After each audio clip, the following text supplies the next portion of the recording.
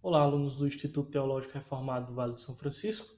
Sou o pastor Bruno Souza e nós vamos para mais uma aula do módulo de Teologia da Reforma, em que nós estamos estudando sobre os 5 solas da Reforma Protestante. Como vocês podem observar, descobri aqui um jeito de agora vocês não somente ouvir a minha voz, mas poder olhar para mim. Alguns slides é necessário que eu esteja explicando, né, e não somente lendo aquilo que está no slide, então é muito melhor vocês olharem, né, para mim quando eu estiver explicando, né, e acrescentando algumas verdades àquilo que nós estamos vendo no slide, do que apenas ficar ouvindo só a minha voz.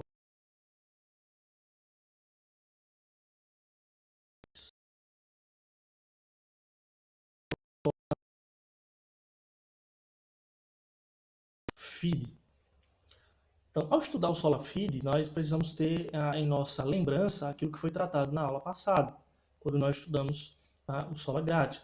Nós lemos e vimos um texto central, o texto mais importante que nós analisamos quando estudamos o sola gratia foi Efésios capítulo 2, do versículo 1 ali até o versículo 10, mas o versículo 8 é aquele que nos importa para unirmos aquilo que nós estudamos na verdade do sola gratia e unir aquilo que nós vamos estudar no sola fide, para nós entendermos então o que significa a fé, ou sermos salvos ou justificados pela fé, essa doutrina tão importante da teologia reformada.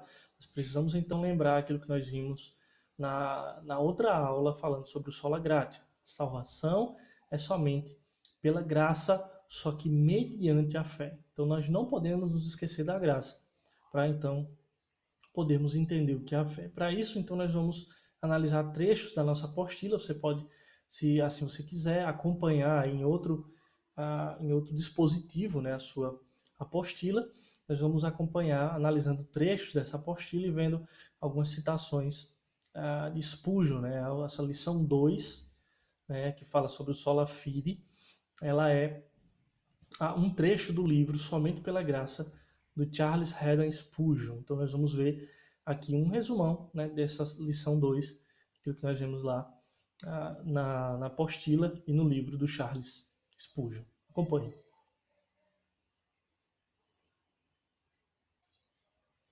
Então ele explica algo muito interessante para a gente começar a ver algumas questões introdutórias, para depois a gente ver de fato o que significa fé nas Escrituras e vermos também como nós somos salvos, como acontece esse processo, qual o papel da fé se a salvação é pela graça. Mas vamos pensar em algumas coisas para fazer esse contraste sobre aquilo que nós estudamos no Sola Gratia.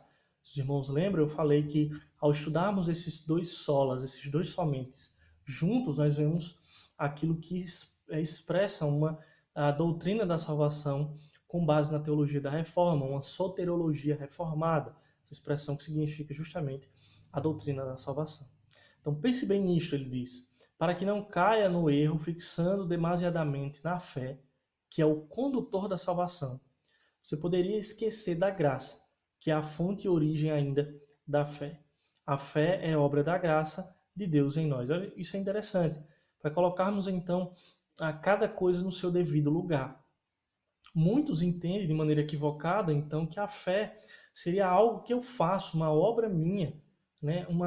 Um passo meu em direção a Deus que oferece a sua salvação pela graça. Mas vemos com base nisso que a fé é um resultado da graça. A fé é uma consequência, ela é um dom de Deus e é a obra da graça de Deus em nós. Então nós recebemos a fé pela graça, ela é um dom de Deus, ela é um presente. Então nós não podemos cair no erro de pensar demasiadamente na fé, que nós vamos ver posteriormente significa fé na fé. Mas entender a fé como um condutor da salvação. A graça, então, é a fonte e origem da fé. E aí, no segundo ponto, então, ele diz: a graça é a causa ativa, primeira e última da salvação. E é essencialmente necessária como é a fé. Não é mais que parte indispensável do método que a graça emprega. Então, a fé, ela é consequência, né? Ela é necessária, né? A graça, tanto como a fé, e é parte indispensável do método que a graça emprega. Então ele apresenta, nesse terceiro ponto, acho interessante, você pode ler isso na apostila, que a Spurgeon, então, olha para a fé como um fio condutor, e ele ilustra dessa forma. Então nós precisamos entender A fé como esse fio condutor que recebe a graça. Então nós somos salvos pela graça mediante a fé. A fé, então, é o meio. A fé ela é receptora da salvação pela graça. Nós vamos entender isso mais olhando para esses próximos slides. Então, nós não podemos cair no erro de pensar na fé demasiadamente, como ele diz na apostila. Então, não é fé na fé. Essa expressão é muito usada quando nós estudamos o sola fide, ou como nós falamos, quando falamos de justificação somente pela fé, porque não é fé na fé, não é uma confiança que eu tenho na minha própria fé. Muitas pessoas, de maneira até inconsciente, têm essa fé na fé. Ou seja, a fé pode, a fé ela opera, é a minha fé que salva. Então a gente pensa demasiadamente na nossa fé. A gente subestima demais, supervaloriza demais, melhor dizendo, a nossa fé, como se ela tivesse um poder em si mesmo. Mas a fé é justamente a confiança em outro. A fé é justamente receber a salvação pela graça, por uma obra de Cristo, por uma obra de Deus, somente pela graça. Eu não merecia, eu estava num estado de trevas, de miséria, de pecado, morto em meus delitos e pecados, e então o Senhor me elegeu em Cristo e enviou o seu Filho para morrer na cruz, e então eu deposito a minha confiança, a minha crença nessa obra pela graça, e isso nós chamamos de fé. E essa fé é um dom de Deus. É Deus que regenera o morto para que então, dando-o fé, para que ele receba então e creia nessa salvação pela graça. Então a justiça da fé não é uma excelência moral da própria fé. A justificação pela fé não vem por causa de uma excelência moral da própria fé, mas a justiça de Cristo Jesus, que a fé aceita e se apropria. Então é a justiça de Cristo Jesus que a fé então aceita e se apropria. A fé então é receptora dessa justiça pela fé em Cristo Jesus, pela a justiça de Cristo na cruz do Calvário, que nos é imputada por meio dessa fé. Então a salvação ela nos pode vir por uma fé tão pequena como um grão de mostarda. Aqui o autor, aqui Charles Spurgeon, usa uma expressão usada pelo próprio Jesus. Essa expressão usada por Jesus e outras pelo apóstolo Paulo, na carta aos Romanos, na carta aos Coríntios, nos ensina que a fé, existe graus da fé. Então, pessoas podem apresentar um grau muito elevado de fé e outros um grau menor dessa mesma fé. Mas todas são fé, essa confiança em Jesus. Então, não é o poder da fé, não é uma fé grande que salva. Não é uma fé poderosa, como se a fé em si, o próprio poder na fé, salvasse. Mas a fé, ela aceita essa justiça. Então a potência se encontra não na fé, mas na graça de Deus, não em nossa fé. Então vocês podem observar aí que nós então confiamos na graça, nós confiamos na obra de Cristo e não na nossa própria fé. Então, né, fazendo isso, nós estamos então entendendo que o sola fide ele precisa ser entendido juntamente com o sola gratia, para não cairmos nesses erros de fé na fé, de pensarmos demasiadamente na nossa fé, de pensarmos que a fé é algo que eu produzo, que eu faço para ir conquistar então a fé. Porque se pensarmos assim, então a fé passa a ser mérito. E então nós não podemos mais falar de uma salvação pela graça. A fé então passa a ser uma obra minha. E nós precisamos então ter em mente todas essas questões. Mas o que é fé de fato? Nós vamos ver aqui, por meio de alguns textos bíblicos, o que significa de fato termos fé. Então Spurgeon ele propõe 3 coisas que compõem essa fé verdadeira. São 3 características dessa fé verdadeira. Primeira característica, primeira coisa que nós precisamos observar e podemos observar nas Escrituras, que a fé ela é composta de conhecimento. Esse conhecimento expõe justamente a parte objetiva da nossa fé. Muitas vezes, quando nós pensamos em fé, nós pensamos na fé como algo apenas abstrato, como apenas algo subjetivo. E aí há muitas frases de efeito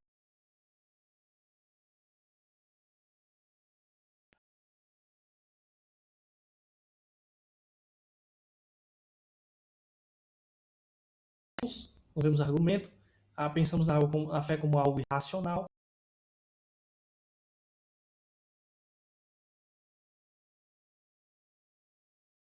a obra de Cristo, de crer em Cristo por meio de um conhecimento,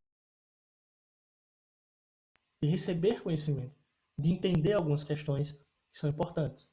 Então a palavra de Deus, em Romanos capítulo 10, versículo 17, fala sobre esse conhecimento. E assim, a fé vem pela pregação e a pregação pela palavra de Cristo. Então, o que é a pregação? É um querigma, é um anúncio, é um ministério de comunicação, é uma argumentação a respeito da verdade revelada nas Escrituras. Então nós temos um livro, que é a revelação de Deus, nós conhecemos a Deus por meio dessa palavra, e a pregação, o querigma, é justamente a pregação desse evangelho, a informação sobre Deus ter mandado seu único filho para morrer por pecadores. Então nós precisamos entender essas verdades. E para, então, crer e confiar, que são os outros elementos dessa fé, nós precisamos primeiramente conhecer. Então a fé vem pela pregação, conhecimento da pregação. Então eu escuto e eu aprendo e eu conheço, e então a fé é produzida por meio dessa pregação, e essa pregação pela palavra de Cristo. O próprio Jesus disse em João 17,3: E a vida eterna é esta, que te conheçam a ti, o único Deus verdadeiro, e a Jesus Cristo, a quem enviaste. Então, o próprio Jesus ali orando na sua oração sacerdotal, em João capítulo 17, orando ao Pai, diz que a vida eterna, tão almejada, a salvação em Cristo, consiste em conhecer o Senhor como o único Deus verdadeiro e a Jesus Cristo a quem enviaste. Repito, não há como crer e confiar nesse Deus verdadeiro senão conhecê-lo. O Salmo de número 9, versículo 10 diz: Em ti, pois, confiam os que conhecem o teu nome, porque tu, Senhor, não desamparas os que te buscam. Então, a confiança vem a partir de um conhecimento. É ilógico pensarmos em uma fé que crê e confia sem o conhecimento. Então, essa é a parte objetiva e racional da nossa fé.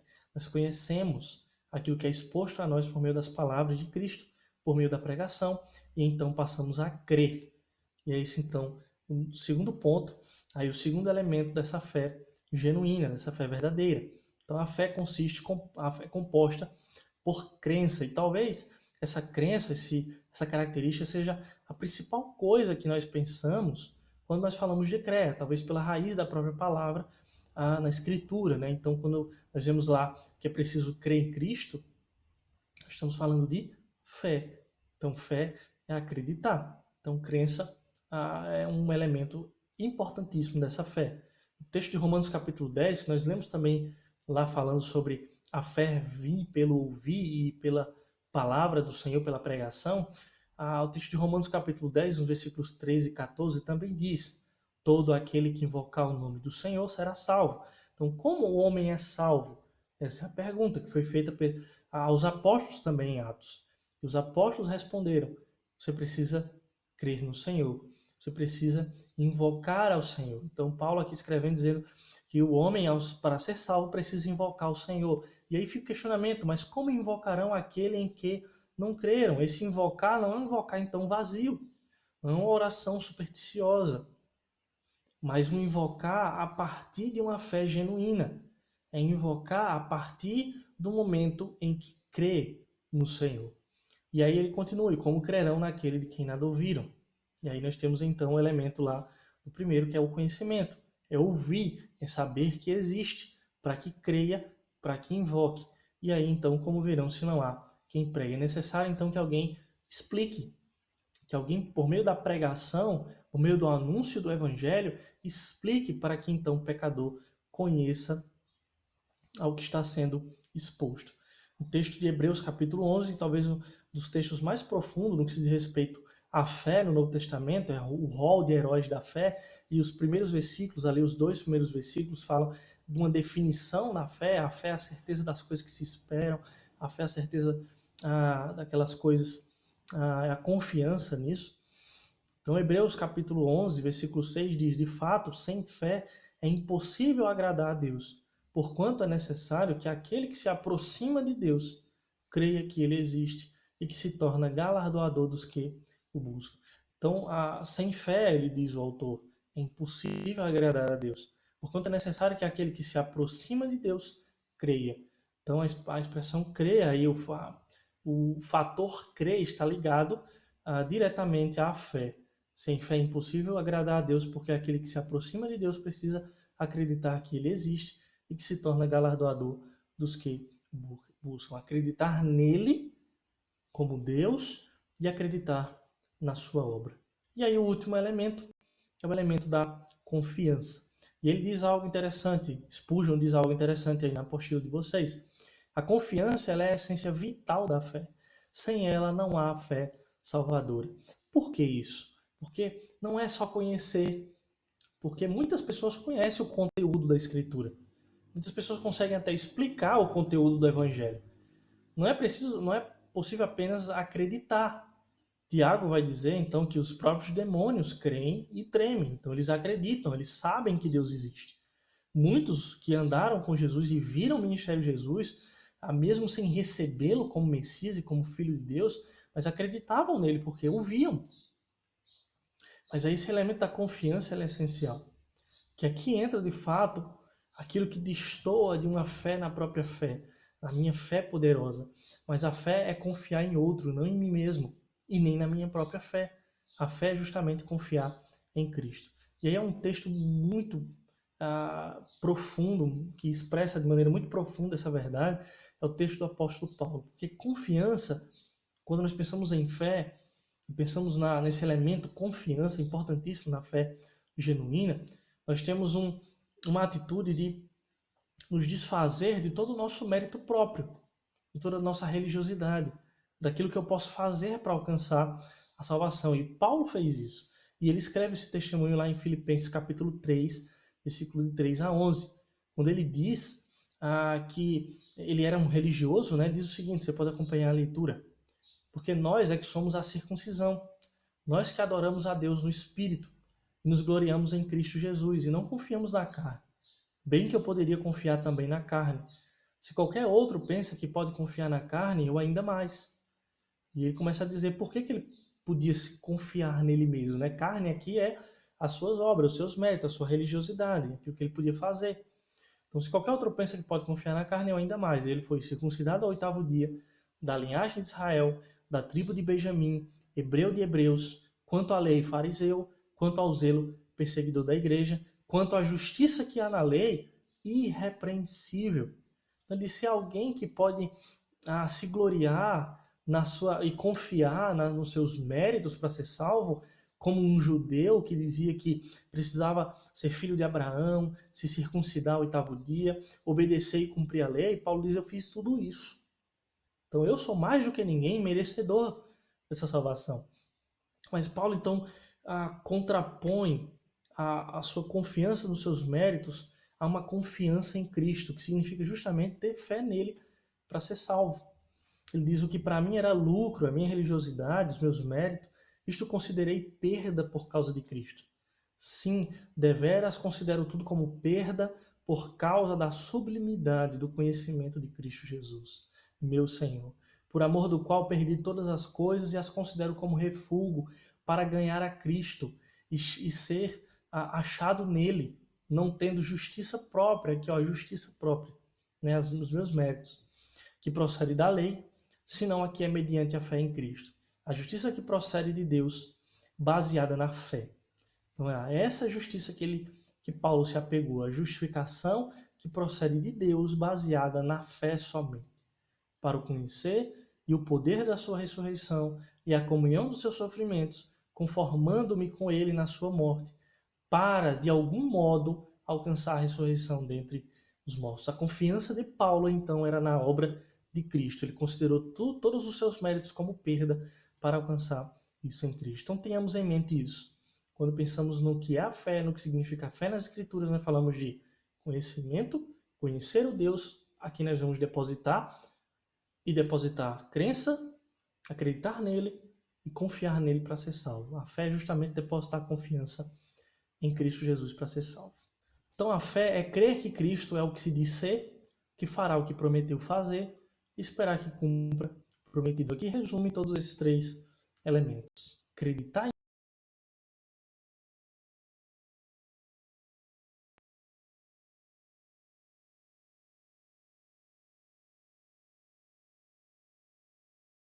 e para acreditar naquilo que ele diz que ele é, nós precisamos saber, ou seja, conhecer aquilo que ele disse dele mesmo. E nós sabemos disso por meio do conhecimento das Escrituras. Que fará o que prometeu fazer nas suas promessas, precisamos conhecer também as suas promessas para crer nelas e confiar nelas e esperar, essa palavra, ainda a palavra esperança, né, de confiar que cumpra de fato o prometido.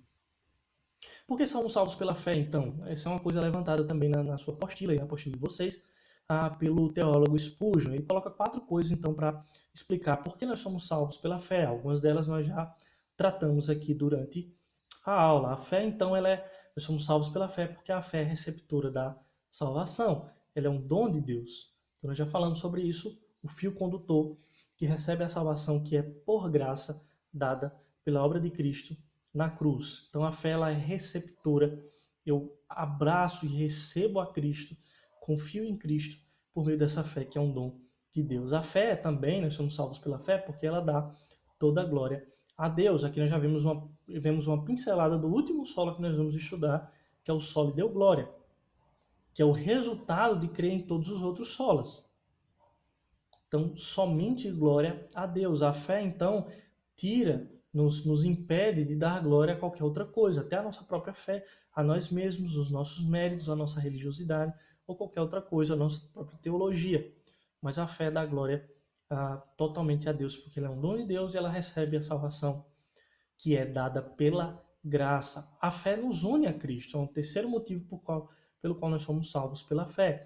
Como nós vimos, estudando o primeiro sola, nós vimos que Deus apenas não absolve pecadores pela graça e salva-os, mas ele elege em Cristo e a salvação pela graça em Cristo Jesus. Então a eleição, a salvação pela graça não pode ser entendida independente da obra de Cristo, porque então a justiça de Cristo, a justiça do Senhor, ela é a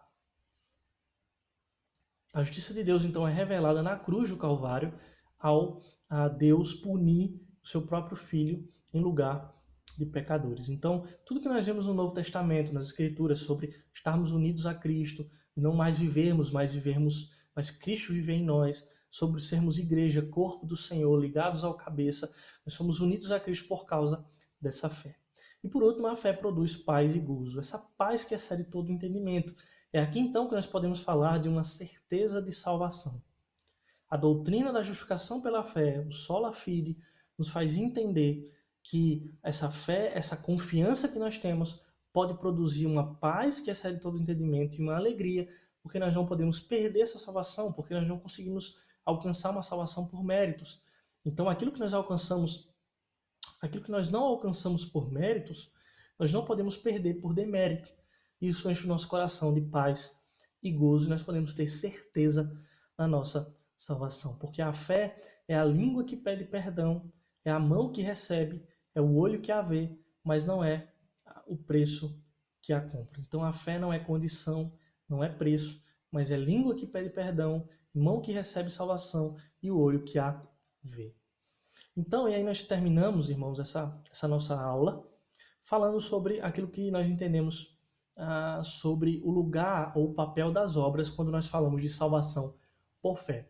Por que isso é importante? O próprio Lutero, que foi o grande reformador que ecoou em toda a sua obra a justificação somente pela fé, que praticamente ele descobriu ali ao ler Romanos capítulo 1, versículo 16 e 17, ele se deparou com essa doutrina tão profunda, tão verdadeira, da justificação somente pela fé, mas o próprio Lutero teve dificuldade quando ele olhou, por exemplo, para a carta de Tiago e chamou essa carta de palha, porque ele não conseguia conciliar aquilo que Tiago escreveu quando ele diz assim, não é só por fé, mas também por obras. E quando ele lia Paulo em Romanos capítulo 4, em toda a carta de Romanos, ou em a carta de Gálatas, ele não conseguia conciliar a verdade da salvação somente pela fé com a salvação também por obras que Tiago fala. Então, como nós podemos conciliar essas duas coisas? Então, você pode ler, o texto não está aqui na íntegra, mas você pode ler o capítulo 2 de Tiago, onde Tiago escreve justamente falando dessa salvação pela fé mais obras. Então, a conclusão dele está lá no versículo 26, quando ele diz assim, porque assim como o corpo sem o espírito é morto, assim também a fé sem obras é morta. Então, essa é a conclusão de Tiago. Assim como o corpo do espírito o corpo sem espírito é morto, assim também a fé sem obras é morta. O que então Tiago estava querendo dizer com isso? Uma frase de Lutero nos lança luz sobre essa verdade. Lutero disse assim: é a fé sozinha que salva, mas a fé que salva não está sozinha. Então, o que essa frase de João Calvino, com a verdade que Tiago escreve, quer dizer? Ele quer dizer que Paulo e Tiago eles tinham ênfases diferentes ao falar sobre essa fé. Paulo, então, no seu contexto, estava escrevendo sobre o que é que salva. O que é que salva o homem? Então, em face aos judeus ali, em contraste com os judeus que diziam, ensinavam para os gentios que eles precisavam guardar alguns preceitos da lei mosaica, que eles precisavam guardar alguns preceitos da lei para ser salvo, Paulo se levanta dizendo, então, a justiça nenhuma vem pela a obediência à lei, mas a justiça somente é pela fé. Então é só a fé que salva. E ali então, Romanos capítulo 4, Paulo usa o exemplo de Abraão. Abraão creu e isso foi lhe imputado para a justiça. E Abraão creu, então ele foi salvo pela fé. Então, Tiago, por sua vez, ele está tratando então não daquilo que salva, mas Tiago concorda com Paulo em dizer que é a fé que salva. Mas Tiago está tratando de um tipo de fé. Qual a qualidade da fé que salva? Porque tanto no contexto bíblico, nós vamos ler aqui citar aqui alguns textos, como na história, nós vemos teólogos elaborando esses termos sobre a fé aparente, né? Quantas pessoas passam pelas nossas igrejas e têm uma certa aparência de fé, mas de fato, na sua vida, demonstram que não tem uma fé genuína, não tem uma fé verdadeira, é uma falsa fé. É apenas uma fé que simula a fé genuína. Então é a fé sozinha que salva, João Calvino está concordando aí com Tiago e com Paulo, mas a fé que salva ela não está sozinha. Por quê? Porque a fé que salva, ela resulta em obras. É exatamente isso que Tiago trata lá em Tiago, na sua carta no capítulo 2. Como é que você pode dizer que tem fé, mas não mostra essa tua fé com obras, com amor pelo próximo, com frutos? Então Tiago trata não do meio para ser salvo, como Paulo faz, mas da qualidade da fé salvífica. Ou seja, as obras necessariamente acompanham a fé genuína. Então, a verdadeira fé produz frutos, segundo aquilo que a Bíblia nos ensina. Mateus capítulo 3, versículo 8, João Batista, ao começar ali o seu ministério pregando, quando os fariseus se aproximam dele para serem batizados, o que é que João Batista fala para eles? Apresentem frutos dignos de arrependimento. Frutos que demonstram de fato que vocês creram, que vocês se arrependeram. A fé, então, ela vem carregada com arrependimento, como nós vamos ver aí no último ponto. Então, a fé, ela produz frutos. A fé, ela produz resultados. Um texto também que lança luz sobre essa verdade é o Evangelho de Lucas, no capítulo 8, versículo de 4 a 15. Esse texto, então, fala da parábola do semeador. Vou abrir aqui para a gente poder ler. Lucas capítulo 8, então, fala sobre essa parábola do semeador. Então, Jesus começa a dizer que um homem saiu a semear, lançou sementes, as sementes caíram sobre solos distintos. E então, cada um desses solos, Jesus, ao explicar a parábola, diz que significava coração, né? O coração e tipos de pessoas ou tipos de corações diferentes. Então, uma semente cai no meio do caminho, esse é a pessoa que nem escuta a mensagem, mas o diabo toma essa semente. Um cai sobre solo rochoso, outro cai sobre espinhos e o outro cai numa terra fértil e produz frutos. Então, todas essas pessoas, pelo menos os que a semente cai no solo rochoso e a outra que cai no solo rochoso, essas pessoas apresentam uma fé aparente. Elas até aceitam e recebem com uma certa confiança ali, com uma certa alegria no início.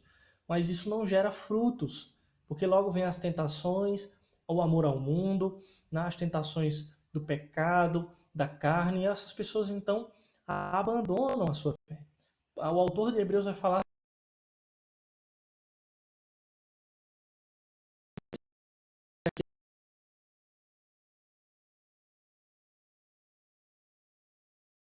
Então, esses que apostatam da fé é porque não tinham de fato fé genuína, fé verdadeira. É isso que Jesus, ao concluir aí a Lucas capítulo 8, a parábola do semeador, ele diz no versículo 15, ao que caiu na boa terra são os que tendo ouvido de bom e reto coração, retém a palavra. Estes frutificam com perseverança. Então veja que aquela semente que cai numa boa terra são as pessoas que ouvem de bom e reto coração, retêm a palavra, mas frutificam com perseverança. A fé genuína, então, ela é acompanhada de obras. É isso, então, que Tiago fala lá e toda a Escritura ensina que a fé genuína ela gera resultados. Essas obras, então, devem demonstrar, antes de tudo, arrependimento de pecados, conversão verdadeira e santificação.